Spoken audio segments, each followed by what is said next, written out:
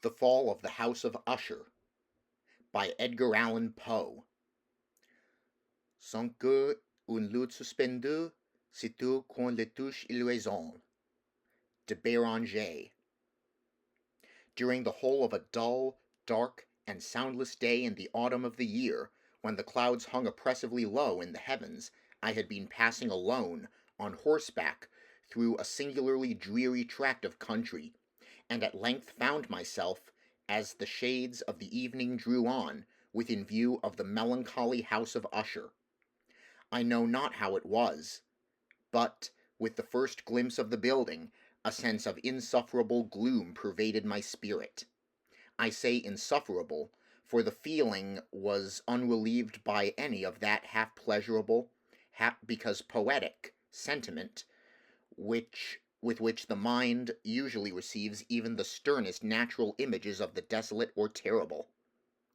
I looked upon the scene before me, upon the mere house and the mere landscape features of the domain, upon the bleak walls, upon the vacant eye-like windows, upon a few rank sedges, and upon a few white trunks of decayed trees, with an utter depression of soul which I can compare to no earthly sensation more properly than to the after-dream of the reveller upon opium, the bitter lapse into everyday life, the hideous dropping off of the veil. There was an iciness, a sinking, a sickening of the heart, an unredeemed dreariness of thought which no goading of the imagination could torture into aught of the sublime. What was it? I paused to think. What was it that so unnerved me in the contemplation of the house of Usher? It was a mystery all insoluble, nor could I grapple with the shadowy fancies that crowded upon me as I pondered.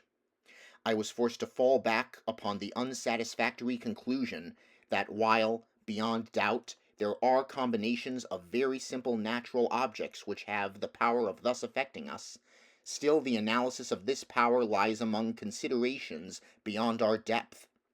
It was possible, I reflected, that a mere different arrangement of the particulars of the scene, of the details of the picture, would be sufficient to modify, or perhaps to annihilate its capacity for sorrowful impression, and, acting upon this idea, I reined my horse to the precipitous bank of a black and lurid tarn that lay in unruffled lustre by the dwelling, and gazed down, but with a shudder even more thrilling than before, upon the remodelled and inverted images of the grey sedge, and the ghastly tree stems, and the vacant and eye-like windows.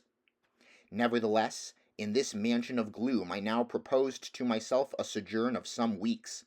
Its proprietor, Roderick Usher, had been one of my boon companions in boyhood, but many years had elapsed since our last meeting.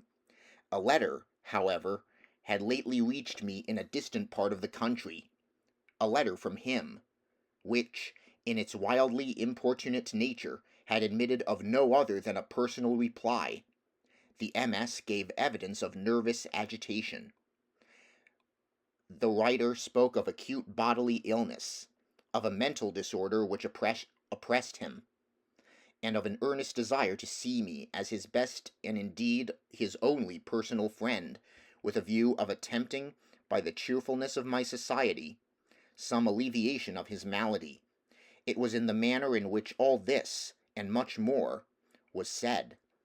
It was the apparent heart that went with his request, which allowed me no room for hesitation, and I accordingly obeyed forthwith what I still considered a very singular summons. Although, as boys, we had been even intimate associates, yet I really knew little of my friend. His reserve had always been excessive and habitual. I was aware, however, that his very ancient family had been noted, time out of mind, for a peculiar sensibility of temperament, displaying itself, through long ages, in many works of exalted art, and manifested, of late, in repeated deeds of munificent yet unobtrusive charity, as well as in a passionate devotion to the intricacies, perhaps even more than to the orthodox and easily recognizable beauties, of musical science. I had learned, too, the very remarkable fact that the stem of the Usher race, all time-honored as it was, had put had put forth at no period any enduring branch. In other words, that the entire family lay in the direct line of descent, and had always, with very trifling and very temporary variation, so lain. It was this deficiency, I considered, while running over in thought the perfect keeping of the character of the premises with the accredited character of the people, and while speculating upon the possible influence which the one, in the long lapse of centuries, might have exercised upon the other. It was this deficiency, perhaps, of collateral issue, and the consequent undeviating transmission, from sire to son, of the patrimony with the name, which had, at length, so identified the two as to merge the original title of the estate in the quaint and equivocal appellation of the House of Usher, an appellation which seemed to include, in the minds of the peasantry who used it, both the family and the family mansion. I have said that the sole effect of my somewhat childish experiment, that of looking down within the tarn, had been to deepen the first singular impression. There can be no doubt that the consciousness of the rapid increase of my superstition, for why should I not so term it, served mainly to accelerate the increase itself. Such, I have long known, is the paradoxical law of all sentiments having terror as a basis. And it might have been for this reason only that, when I again uplifted my eyes to the house itself, from its image in the pool, there grew in my mind a strange fancy, a fancy so ridiculous, indeed, that I but mention it to show the vivid force of the sensations which oppressed me. I had so worked upon my imagination as really to believe that about the whole mansion and domain there hung an atmosphere peculiar to themselves and their immediate vicinity, an atmosphere which had no affinity with the air of heaven, but which had reeked up from the decayed trees, and the grey wall, and the silent tarn, a pestilent and mystic vapour, dull, sluggish, faintly discernible, and leaden-hued. Shaking off from my spirit what must have been a dream, I scanned more narrowly the real aspect of the building. Its principal feature seemed to be that of an excessive antiquity. The discoloration of ages had been great. Minute fungi overspread the whole exterior, hanging in a fine tangled webwork from the eaves. Yet all this was apart from any extraordinary dilapidation. No portion of the masonry had fallen, and there appeared to be a wild inconsistency between its still perfect adaptation of parts and the crumbling condition of the individual stones. In this there was much that reminded me of the specious totality of old woodwork which has rotted for long years in some neglected vault, with no disturbance from the breath of the external air. Beyond this indication of extensive decay, however, the fabric gave little token of instability. Perhaps the eye of a scrutinizing observer might have discovered a barely perceptible fissure, which, extending from the roof of the building in front, made its way down the wall in a zigzag direction, until it became lost in the sullen waters of the tarn. Noticing these things, I rode over a short causeway to the house. A servant in waiting took my horse, and I entered the Gothic archway of the hall. A valet, of stealthy step, thence conducted me, in silence, through many dark and intricate passages in my progress to the studio of his master.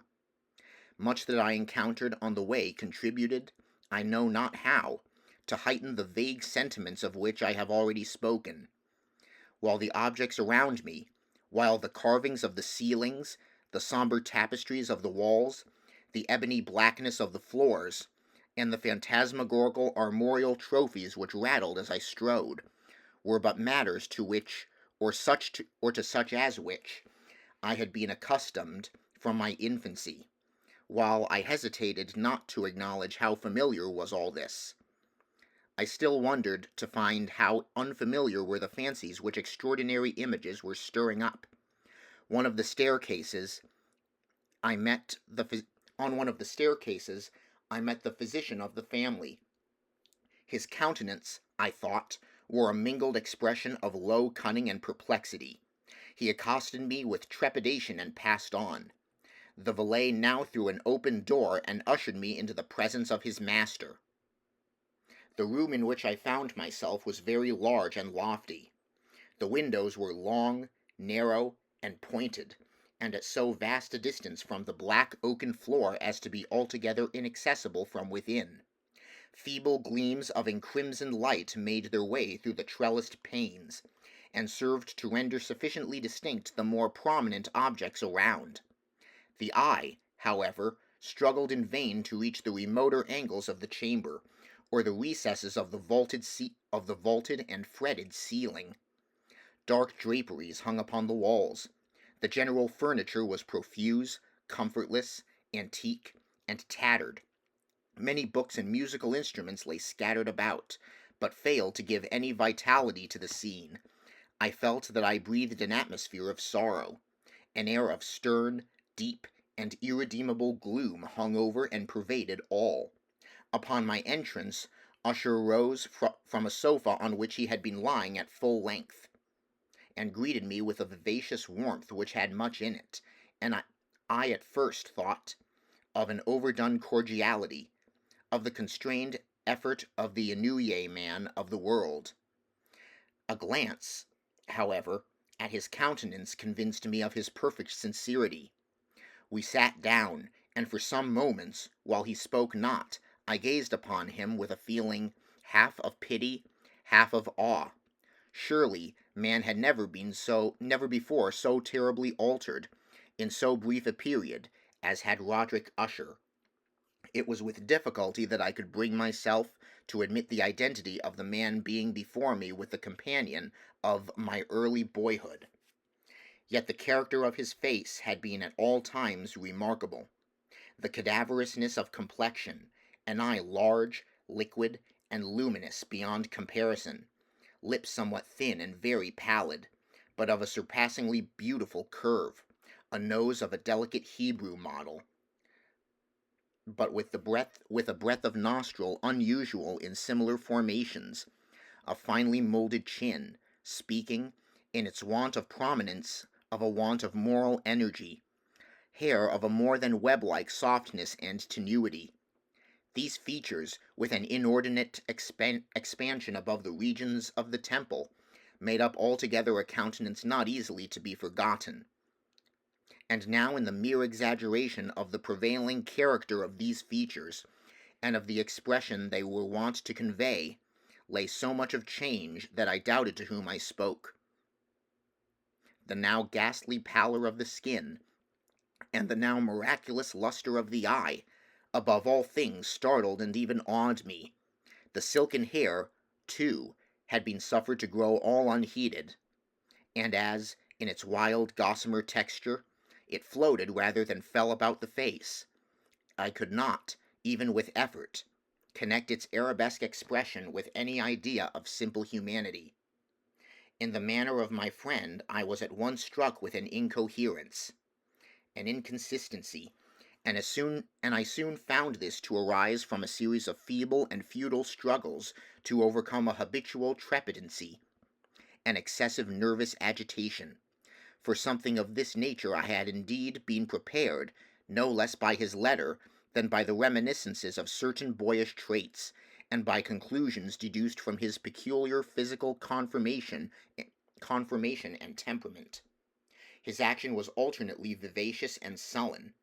His voice varied rapidly from a tremulous indecision, when the animal spirits seemed utterly in abeyance, to that species of energetic concision, that abrupt, weighty, unhurried, and hollow-sounding enunciation, that leaden, self-balanced, and perfectly modulated guttural utterance, which may be observed in the lost drunkard, or the irreclaimable eater of opium, during the periods of his most intense excitement. It was thus that he spoke of the object of my visit, of his earnest desire to see me, and of the solace he expected me to afford him. He entered, at some length, into what he conceived to be the nature of his malady. It was, he said, a constitutional and a family evil, and one for which he despaired to find a remedy. A mere nervous affection, he immediately added, which would undoubtedly soon pass off. It displayed itself in a host of unnatural sensations. Some of these, as he detailed them, interested and bewildered me, although, perhaps, the terms and the general manner of the narration had their weight. He suffered much from a morbid acuteness of the senses. The most insipid food was alone endurable. He could wear only garments of certain texture. The odors of all flowers were oppressive. His eyes were tortured by even a faint light, and there were but peculiar sounds, and these from stringed instruments, which did not inspire him with horror. To an anomalous species of terror I found him a bounden slave. "I shall perish," said he. "I must perish in this deplorable folly. Thus and not otherwise, shall I be lost. I dread the events of the future, not in themselves, but in their results. I shudder at the thought of any, even the most trivial, incident which may operate upon this intolerable agitation of the soul. I have indeed no abhorrence of danger, except in its absolute effect, in terror. In this unnerved, in this pitiable condition, I feel that the period will sooner or later arrive when I must abandon life and reason together, in some struggle with the grim phantasm, fear. I learned, moreover, at intervals, as though broken and through broken and equivocal hints, another singular feature of his mental condition. He was enchained by certain superstitious impressions in regard to the dwelling which he tenanted, and whence, for many years, he had never ventured forth, in regard to an influence whose supposititious force was conveyed in terms too shadowy here to be restated, an influence which some peculiarities in the mere form and substance of his family mansion had, by dint of long sufferance, he said, obtained over his spirit, an effect which the physique of the grey walls and turrets, and of the dim tarn into which they all looked down, had, at length, brought out upon the morale of his existence. He admitted, however, although with hesitation, that much of the peculiar gloom which thus afflicted him could be traced to a more natural and far more palpable origin, to the severe and long-continued illness, indeed to the evidently approaching dissolution, of a tenderly beloved sister, his sole companion for long years, his last and only relative on earth. "Her decease," he said, with a bitterness which I can never forget, "would leave him the hopeless and the frail, the last of the ancient race of the Ushers." While he spoke, the Lady Madeline, for so she was called, passed slowly through a remote portion of the apartment, and, without having noticed my presence, disappeared. I regarded her with an utter astonishment not unmingled with dread, and yet I found it impossible to account for such feelings. A sensation of stupor oppressed me as my eyes followed her retreating steps. When a door, at length, closed upon her, my glance sought instinctively and eagerly the countenance of the brother, but he had buried his face in his hands, and I could only perceive that a far more than ordinary wanness had overspread the emaciated fingers through which trickled my passionate tears. The disease of the Lady Madeline had long baffled the skill of her physicians. A settled apathy, a gradual wasting away of the person, and frequent although transient affections of a partially cataleptical character were the unusual diagnosis.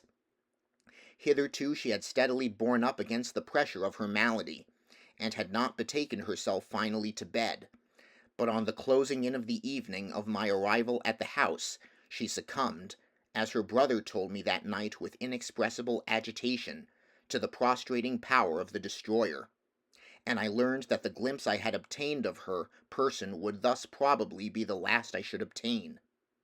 That the lady, at least while living, would be seen by me no more. For several days ensuing, her name was unmentioned by either Usher or myself, and during this period I was busied in earnest endeavors to alleviate the melancholy of my friend. We painted and read together, or I listened, as if in a dream, to the wild improvisations of his speaking guitar, and thus, as a closer and still closer intimacy admitted me more unreservedly into the recesses of his spirit, the more bitterly did I perceive the futility of all attempt at cheering a mind from which darkness, as if an inherent positive quality, poured forth upon all objects of the moral and physical universe in one unceasing radiation of gloom. I shall ever bear about me a memory of the many solemn hours I thus spent alone with the master of the house of Usher. Yet I should fail in any attempt to convey an idea of the exact character of the studies, or of the occupations, in which he involved me, or led me the way. An excited and highly distempered ideality threw a sulphureous lustre over all. His long improvised dirges will ring forever in my ears. Among other things, I hold painfully in mind a certain singular perversion and amplification of the wild air of the last waltz of Weber, from the paintings over which his elaborate fancy brooded, and which grew, touch by touch, into vagueness at which I shuddered more than thrillingly, because I shuddered knowing not why. From these paintings, vivid as their images now are before me, I would in vain endeavor to educe more than a small portion which should lie within the compass of merely written words. By utter simplicity, by the nakedness of his designs, he arrested and overawed attention. If ever mortal painted an idea, that mortal was Roderick Usher. For me at least, in the circumstances then surrounding me, there arose out of the pure abstractions which the hypochondriac contrived to throw upon his canvas, an intensity of intolerable awe, no shadow of which felt I ever, yet in the contemplation of the certainly glowing, yet too concrete reveries of Fuseli. One of the phantasmagoric conceptions of my friend, partaking not so rigidly of the spirit of abstraction, may be shadowed forth, although feebly, in words. A small picture presented the interior of an immensely long and rectangular vault or tunnel, with low walls, smooth, white, and without interruption or device. Certain accessory points of the design served well to convey the idea that this excavation lay at an exceeding depth below the surface of the earth. No outlet was observed in any portion of its vast extent, and no torch or other artificial source of light was discernible. Yet a flood of intense rays rolled throughout, and bathed the whole in a ghastly and inappropriate splendor. I have just spoken of that morbid condition of the auditory nerve which rendered all music intolerable to the sufferer, with the exception of certain effects of stringed instruments. It was, perhaps, the narrow limits to which he thus confined himself upon the guitar which gave birth, in great measure, to the fantastic character of the performances, but the fervid facility of his impromptus could not be so accounted for. They must have been, and were, in the notes, as well as in the words of his wild fantasias, for he not unfrequently accompanied himself with rhymed verbal improvisations, the result of that intense mental collectedness and concentration to which I have previously alluded, as observable only in particular moments of the highest artificial excitement. The words of one of these rhapsodies I have easily remembered.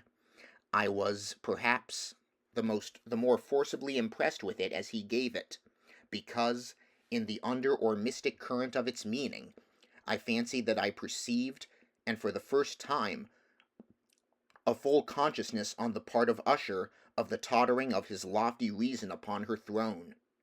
The verses, which were entitled The Haunted Palace, ran very nearly, if not accurately, thus: 1. In the greenest of our valleys, by good angels tenanted, once a fair and stately palace, radiant palace, reared its head. In the monarch thought's dominion, it stood there, Never seraph spread a pinion over fabric half so fair. 2. Banners yellow, glorious, golden, on its roof did float and flow. This, all this, was in the olden time long ago, and every gentle air that dallied in that sweet day along the ramparts plumed and pallid, a winged odor went away. 3. Wanderers in that happy valley through 2 luminous windows saw spirits moving musically to a lute's well-tuned law. Round about a throne were sitting Porphyrogene, in his state and in state his glory well befitting, the ruler of the realm was seen. 4.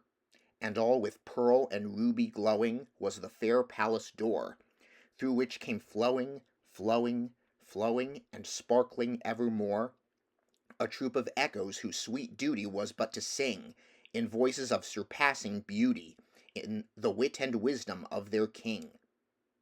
5. But evil things, in robes of sorrow, assailed the monarch's high estate. Ah, let us mourn, for never morrow shall dawn upon him, desolate.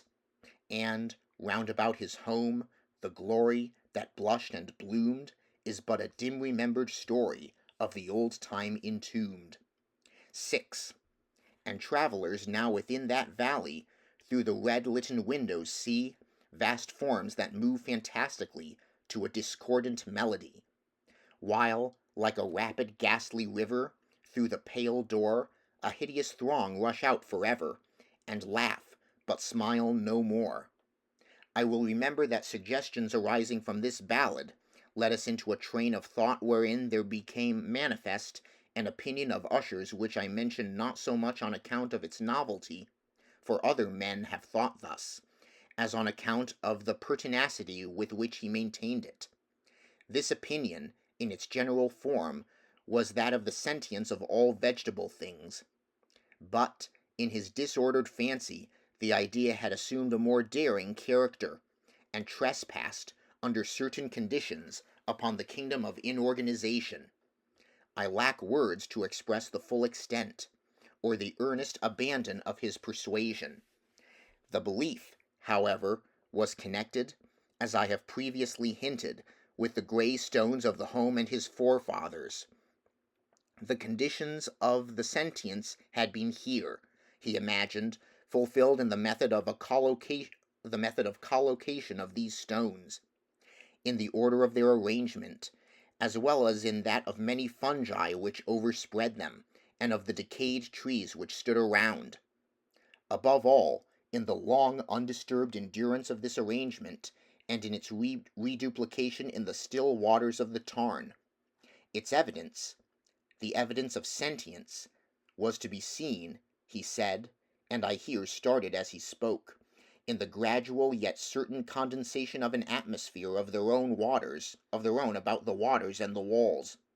The result was discoverable, he added, in that silent yet inopportune and terrible influence which for centuries had molded the destinies of his family, and which made him what I now saw him, what he was. Such opinions need no comment, and I will make none. Our books, the books which, for years, had formed no small portion of the mental existence of the invalid, were, as might be supposed, in strict keeping with this character of phantasm. We pored over such works as the Ververt et Chartreuse of Grisset, the Belphegor of Machiavelli, the Heaven and Hell of Swedenborg, the Subterranean Voyage of Nicholas Kim by Holberg, the Chiromancy of Robert Flood, of Jean Dandagine, and of de la Chambre, the Journey into the Blue Distance of Tieck, and the City of the Sun of Campanella. One favorite volume was a small octavo edition of the Directorium Inquisitorium by the Dominican Aymeric de Giron, and there were passages in Pomponius Mela about the old African satyrs and Egyptians, over which Usher would sit dreaming for hours. His chief delight, however, was found in the perusal of an exceedingly rare and curious book in quarto Gothic, the Manual of a Forgotten Church, the Vigiliae Mortuorum Secundum Chorum Ecclesiae Maguntini. I could not help thinking of the wild ritual of his work, and of its probable influence upon the hypochondriac, when, one evening, having informed me abruptly that the Lady Madeline was no more, he stated his intention of preserving her corpse for a fortnight, previously to its final interment, in one of the numerous vaults within the main walls of the building. The worldly reason, however, assigned for this singular proceeding was one in which I did not feel at liberty to dispute. The brother had been led to his resolution, so he told me, by consideration of the unusual character of the malady of the deceased, of certain unobtrusive and eager inquiries on the part of her medical men, and of the remote and exposed situation of the burial ground of the family. I will not deny that when I called to mind the sinister countenance of the person whom I met upon the staircase, on the day of my arrival at the house, I had no desire to oppose what I regarded as at best but a harmless, and by no means an unnatural, precaution. At the request of Usher, I personally aided him in the arrangements for the temporary entombment. The body having been encoffined, we two alone bore it to its rest.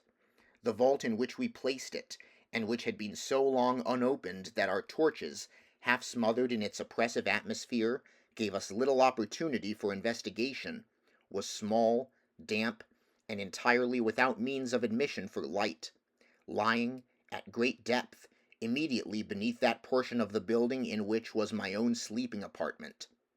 It had been used, apparently, in remote feudal times, for the worst purposes of a donjon keep, and, in later days, as a place of deposit for powder, or some other highly combustible substance, as a portion of its floor, and the whole interior of a long archway through which we reached it, were carefully sheathed with copper.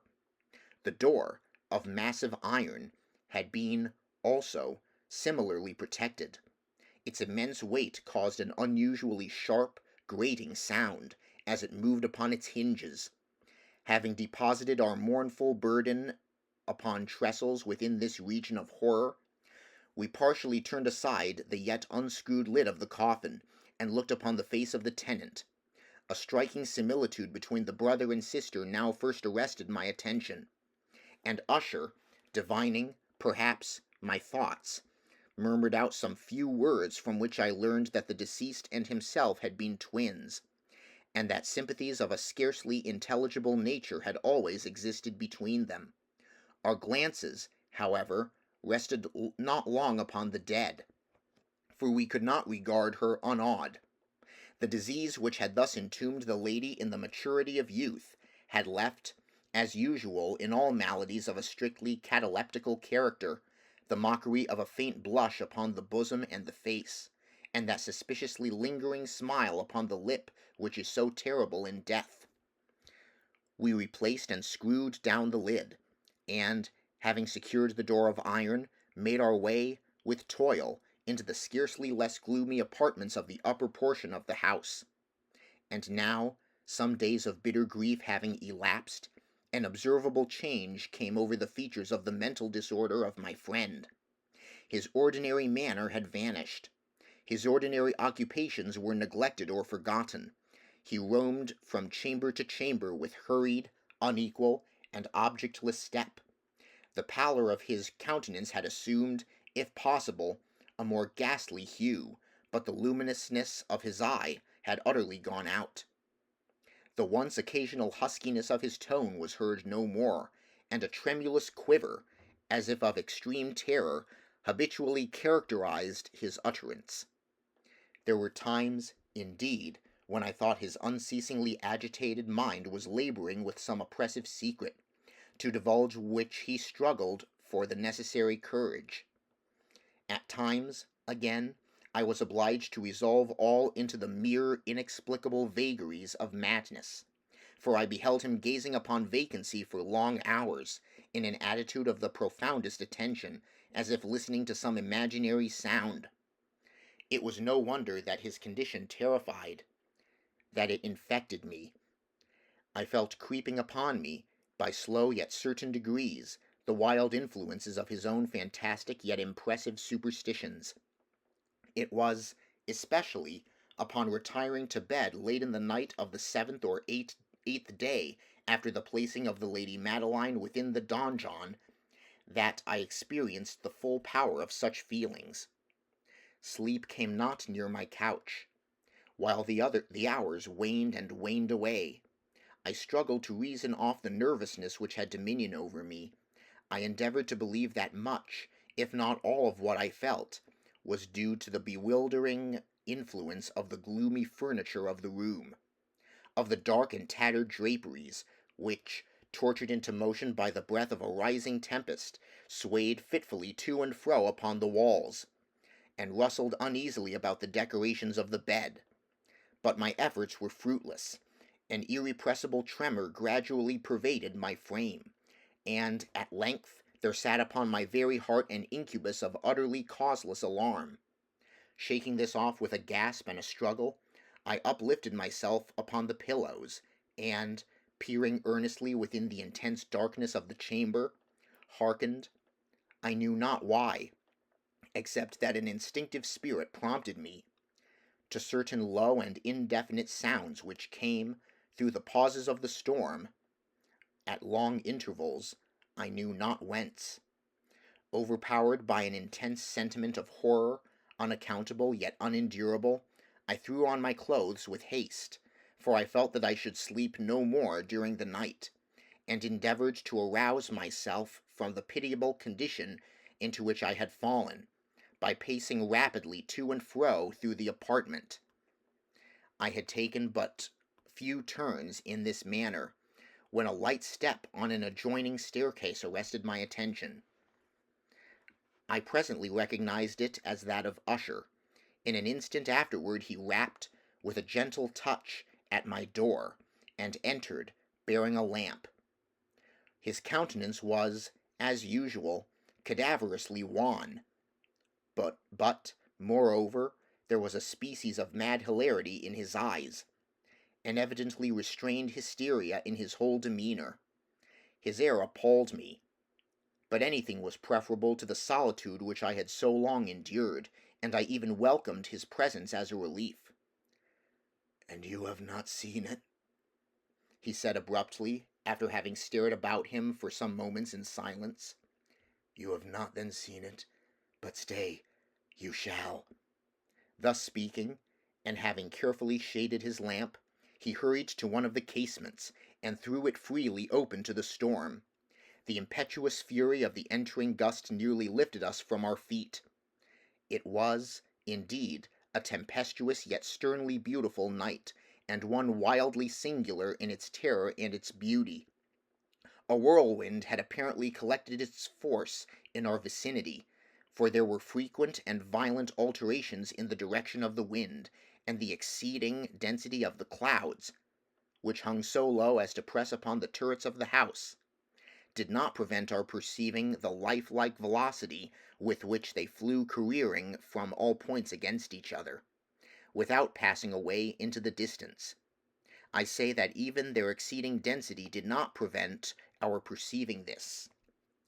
Yet we had no glimpse of the moon or stars, nor was there any flashing forth of the lightning, but the under surfaces of the huge masses of agitated vapor, as well as all terrestrial objects immediately around us, were glowing in the unnatural light of a faintly luminous and distinctly visible gaseous exhalation, which hung about and enshrouded the mansion.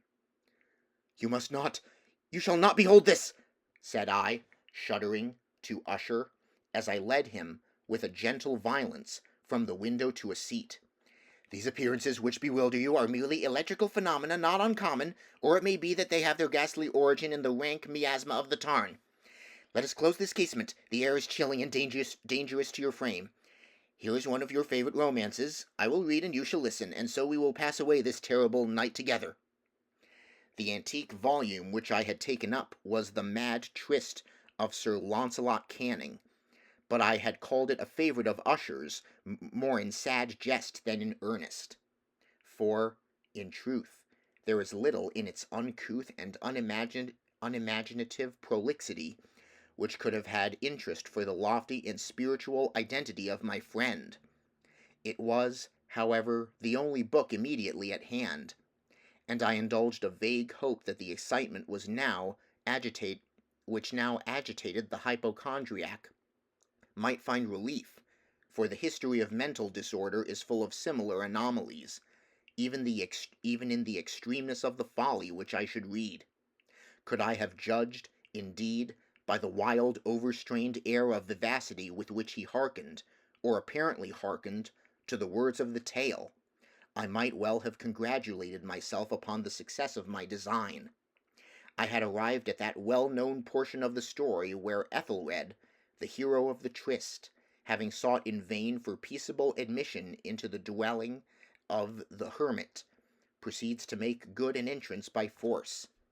Here, it will be remembered, the words of the narrative run thus: And Ethelred, who was by nature of a doughty heart, and who was now mighty withal, on account of the powerfulness of the wine which he had drunken, waited no longer to hold parley with the hermit, who, in sooth, was of an obstinate and maliceful turn, but, feeling the rain upon his shoulders, and fearing the rising of the tempest, uplifted his mace outright, and, with blows, made quickly room in the plankings of the door for his gauntleted hand, and now pulling therewith sturdily, he so cracked, and ripped, and tore all asunder, that the noise of the dry and hollow-sounding wood alarmed and reverberated throughout the forest.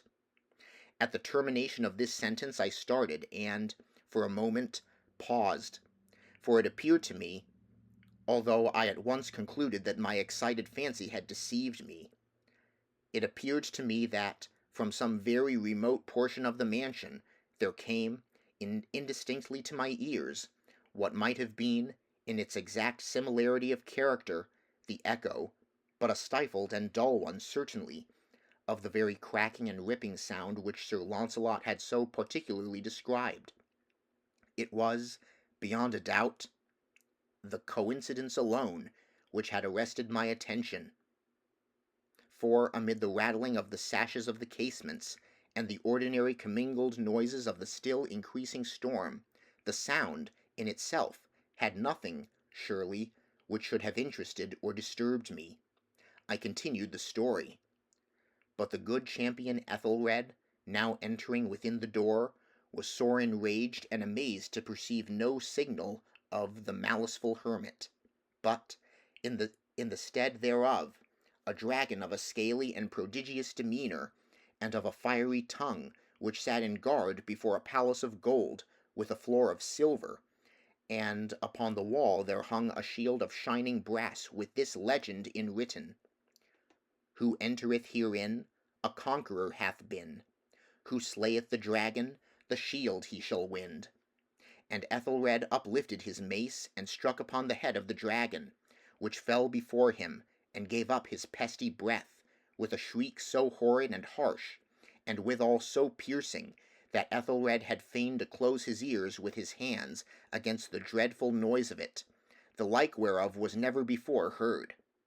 Here again I paused abruptly, and now with a feeling of wild amazement, for there could be no doubt whatever that, in this instance, I did actually hear, although from what direction it proceeded I found it impossible to say, a low and apparently distant, but harsh, protracted, and most unusual screaming or grating sound, the exact counterpart of which my fancy had already conjured up for the dragon's unnatural shriek as described by the romancer.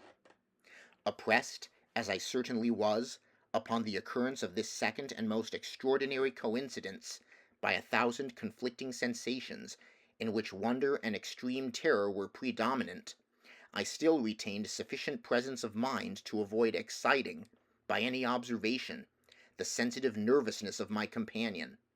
I was by no means certain that he had noticed the sounds in question, although, assuredly, a strange alteration had, during the last few minutes, taken place in his demeanour. From a position fronting my own, he had gradually brought round his chair, so as to sit with his face to the door of the chamber, and thus I could partially perceive his features, although I saw that his lips trembled as if he were murmuring inaudibly. His head had dropped upon his breast. Yet I knew that he was not asleep, from the wide and rigid opening of the eye, as I caught a glance of it in profile. The motion of his body, too, was at variance with this idea, for he rocked from side to side with a gentle yet constant and uniform sway. Having rapidly taken notice of all this, I resumed the narrative of Sir Launcelot, which thus proceeded: and now, champion, having escaped from the terrible fury of the dragon, bethinking himself of the brazen shield, and of the breaking up of the enchantment which was upon it, removed the carcass from out of the way before him, and approached valorously over the silver pavement of the castle to where the shield was upon the wall, which in sooth tarried not for his full coming, but fell down at his feet upon the silver floor, with a mighty great and terrible ringing sound. No sooner had these syllables passed my lips, than, as if a shield of brass had indeed, at that moment, fallen heavily upon a floor of silver, I became aware of a distinct, hollow, metallic, and clangorous, yet apparently muffled, reverberation. Completely unnerved, I leaped to my feet, but the measured rocking movement of Usher was undisturbed. I rushed to the chair in which he sat. His eyes were bent fixedly before him, and throughout his whole countenance there reigned a stony rigidity. But, as I placed my hand upon his shoulder, there came a strong shudder over his whole person, a sickly smile quivered about his lips, and I saw that he spoke in a low, hurried, and gibbering murmur, as if unconscious of my presence. Bending closely over him, I at length drank in the hideous import of his words. "Not hear it? Yes, I hear it, and have heard it. Long, many minutes, many hours, many days, have I heard it. Yet I dared not. Oh, pity me, miserable wretch that I am! I dared not speak. We have put her living in the tomb. Said I not that my senses were acute? I now tell you that I heard her first feeble movements in the hollow coffin. I heard them many days ago, yet I dared not speak.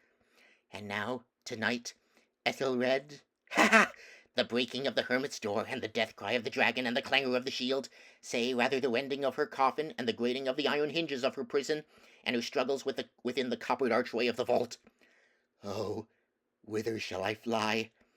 Will she not be here soon? Is she not hurrying to upbraid me for my haste? Have I not heard her footstep on the stair? Do I not distinguish that heavy and horrible beating of her heart? Madman!" Here he sprang furiously to his feet, and shrieked out his syllables, as if in the effort he were giving up his soul. "Madman! I tell you that she now stands without the door!" As if in the superhuman energy of his utterance there had been found the potency of a spell, the huge antique panels to which the speaker pointed threw slowly back, upon the instant, their ponderous and ebony jaws. It was the work of the rushing gust. But then without those doors there did stand the lofty and enshrouded figure of the Lady Madeline of Usher. There was blood upon her white robes, and the evidence of some bitter struggle upon every portion of her emaciated frame. For a moment she remained trembling and reeling to and fro upon the threshold. Then, with a low moaning cry, fell heavily inward upon the person of her brother, and in her violent and now final death agonies, bore him to the floor a corpse, and a victim to the terrors he had anticipated. From that chamber, and from that mansion, I fled aghast. The storm was still abroad in all its wrath as I found myself crossing the old causeway. Suddenly there shot along the path a wild light, and I turned to see whence a gleam so unusual could have issued, for the vast house and its shadows were alone behind me. The radiance was that of the full, setting, and blood-red moon which now shone vividly through that once barely discernible fissure of which I have before spoken as extending from the roof of the building, in a zigzag direction, to the base. While I gazed, this fissure rapidly widened. There came a fierce breath of the whirlwind. The entire orb of the satellite burst at once upon my sight. My brain reeled as I saw the mighty walls rushing asunder. There was a long, tumultuous shouting sound like the voice of 1,000 waters, and the deep and dank tarn at my feet closed sullenly and silently over the fragments of the House of Usher.